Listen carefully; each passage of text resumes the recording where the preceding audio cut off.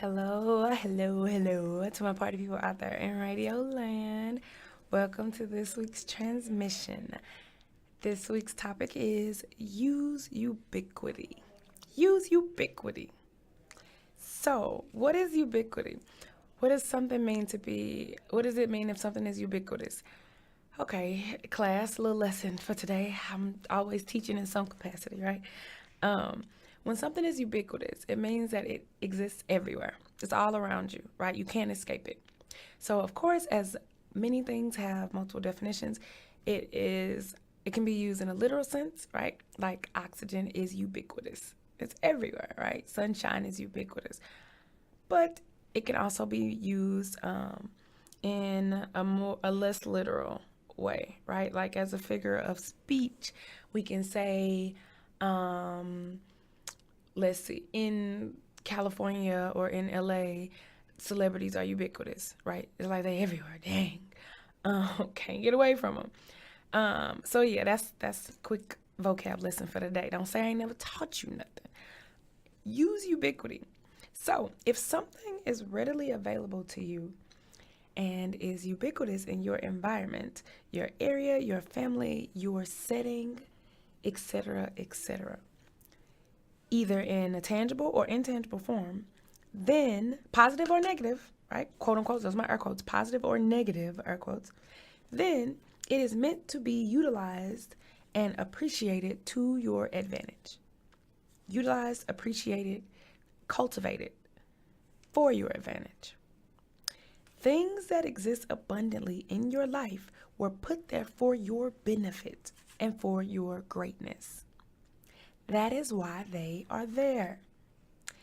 For example, if something, let's say something intangible exists in your life, something intangible and is bad, quote unquote, as my air quotes, like let's say mental illness is prevalent in your family, right? You got your intangible and it's negative. So you say, no, there's no way that I'm meant to, there's nothing I can do with this. This is just driving me crazy, right? I got to run away. Ooh, first of all, go back to the last week's transmission about the nature of roots and how you can't run from them. In addition, right, I will assert the fact that you are meant to reach your greatness by trying to heal or solve that problem, quote unquote, right? The problem related to the thing that is ubiquitous to your life. And from the above example, right, we're talking about, let's say, mental illness in your family. Life is a game, remember?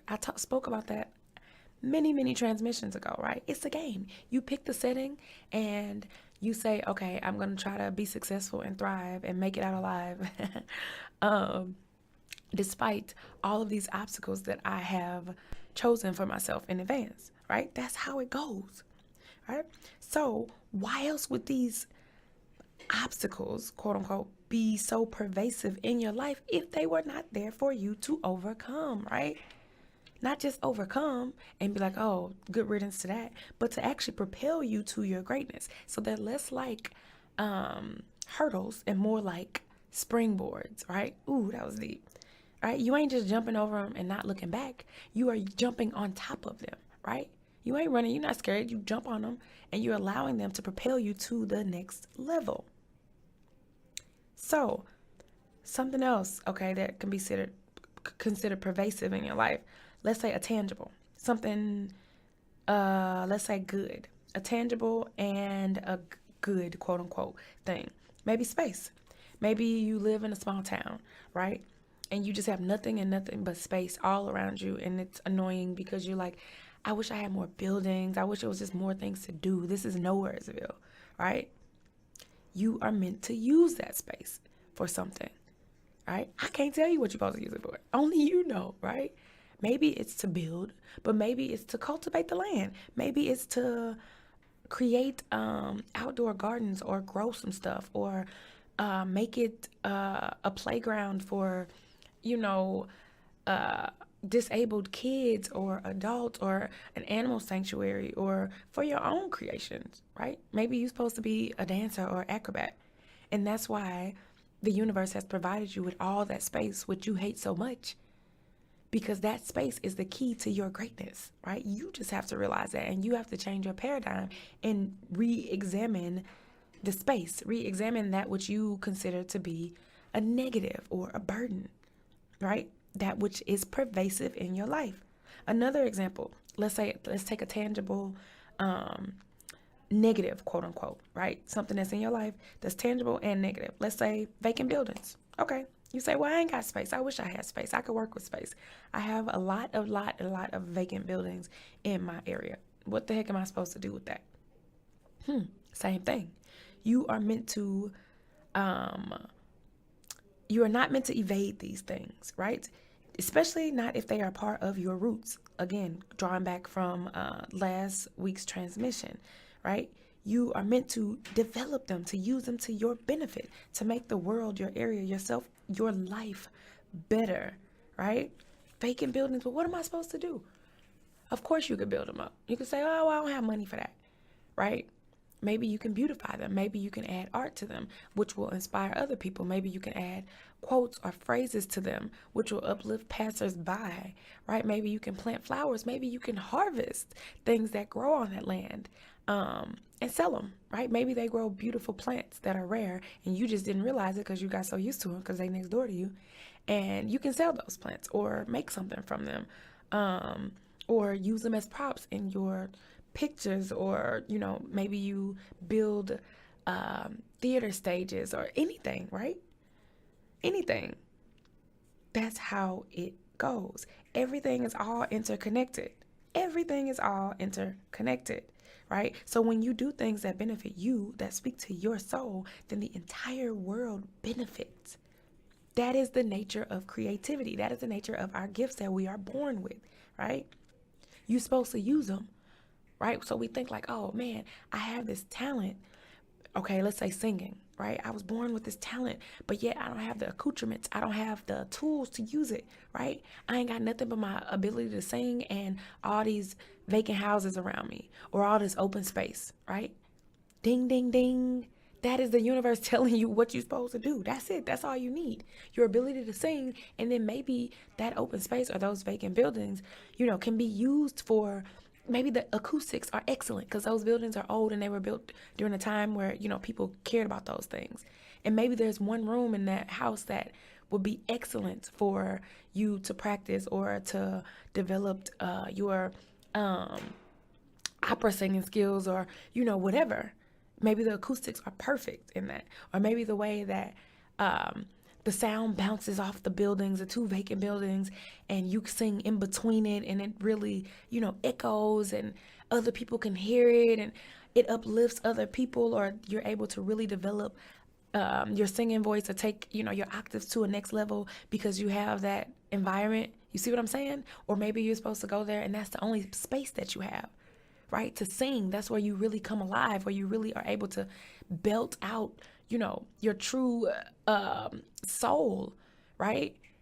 And somebody will hear that passing by and you might inspire them. You might change their lives. You might remind them of their passion or the fact that they can sing, right? Or maybe a church will hear, or, this thing can go on forever and ever and ever. That's how it goes though, right? So maybe your voice makes people happy, or, teaching. Let's say you love to teach. That affects others. Everything that you do, that you love to do, that you were born, knowing how to do and that you love, benefits the world. You just got to do it. That even comes down to the girl who limbos for a living. We talked about this.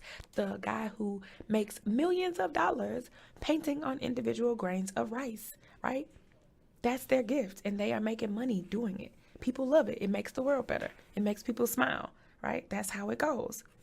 The same goes for things that are native to your area, right? Maybe plants that are native, problems that are endemic to your environment, dysfunction that is native to your environment or your family, resources, mental, emotional, and physical states of being, right? If everybody around you is sad, right? Or health issues, right? Everybody around you has diabetes. Everybody around you is manically depressed. And you thinking like, why would the universe put me into this, right? Oh, I just got to jump over this and, leave this all behind. No, That's what you're supposed to use to be great. Maybe you're supposed to be a healer or a doctor or, again, a singer that's going to unlock the potential and the greatness in all of these people, right? That's how it goes.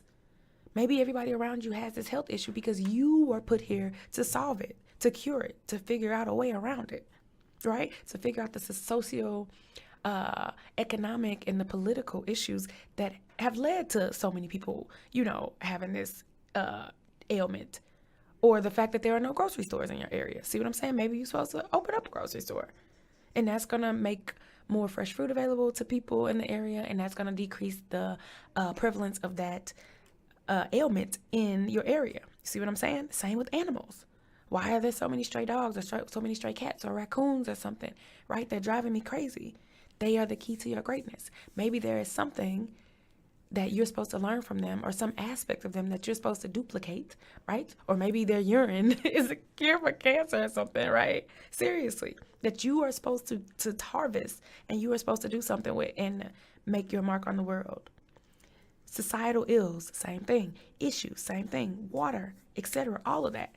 You live on an island. This is Nowheresville, right? Maybe all that water exists because there's something in it that you're supposed to harvest, right? Maybe the salts, or maybe you're supposed to be a world-class surfer. Something. Those things which exist so abundantly in your world are the keys to your brilliance, your greatness, your abundance, financial, material, and otherwise. And ultimately, the keys to your freedom. And that's all I got to say. Thank you for listening. Have a great week. Summer is coming. Love, live, light, laughter. Bye.